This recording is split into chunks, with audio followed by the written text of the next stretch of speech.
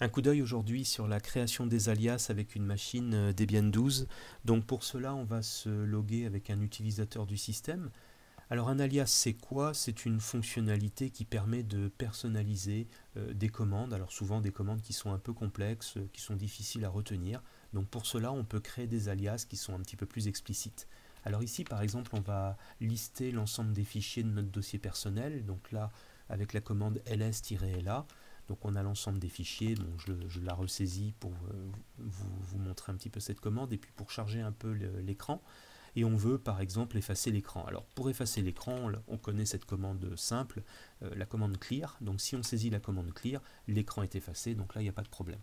Alors on peut remplacer cette commande clear par un alias que l'on peut par exemple appeler efface. Alors pour créer un alias, il suffit de saisir ici alias, on donne le nom à cet alias, bon là je vais l'appeler par exemple efface, on va saisir égal, et entre guillemets on va mettre le nom de la commande. Donc alias efface égale clear. On fait entrer, et cette fois, bien, plutôt que de taper clear, on va saisir ici efface. Et quand on met efface, on voit que l'alias a joué son rôle puisque il a remplacé la commande clear. Alors comment on peut voir l'ensemble des alias qui sont créés? Tout simplement en saisissant alias.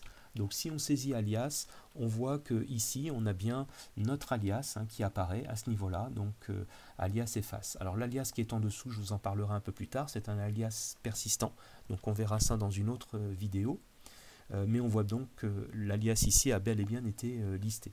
Alors on pourrait également faire un autre alias pour par exemple connaître l'emplacement ou la taille disponible sur le disque dur. Alors souvent ce que l'on préconise, c'est de saisir la commande df-h. Alors vous voyez, cette commande là n'est pas forcément très facile à retenir. Alors quand on la saisit, df-h, on a la liste de nos partitions, on a les disponibilités, l'espace utilisé, l'espace libre, et on souhaite remplacer cette commande, pas forcément très claire pour tous, par un alias. Alors on pourrait par exemple, je sais pas, l'appeler alias espace HDD, bon n'importe. Là vous mettez un petit peu ce que vous voulez, égal entre guillemets, et là vous saisissez le nom de votre commande. Donc on va le valider. Si on ressaisit ici alias, on voit qu'il a bien été pris en compte, il est dans notre liste, et maintenant on va le tester. Alors on peut faire notre efface déjà. Voilà, l'écran est effacé. Et ensuite, alors, en rappelant l'alias, vous voyez ici qui s'appelle espace HDD. Alors, espace HDD. Voilà, on a l'affichage direct de l'espace disponible, utilisé, etc. Donc vous voyez, ça a bien remplacé la commande df-h. Donc voilà à quoi sert un alias. Alors, on peut le personnaliser à volonté. Pour supprimer un alias, alors là, quand vous avez la liste de vos alias, il suffit ici de saisir un alias. Et ensuite, vous mettez le nom de votre alias. Alors par exemple, ici, on va supprimer espace HDD, ALIAS. On voit qu'il a bien disparu.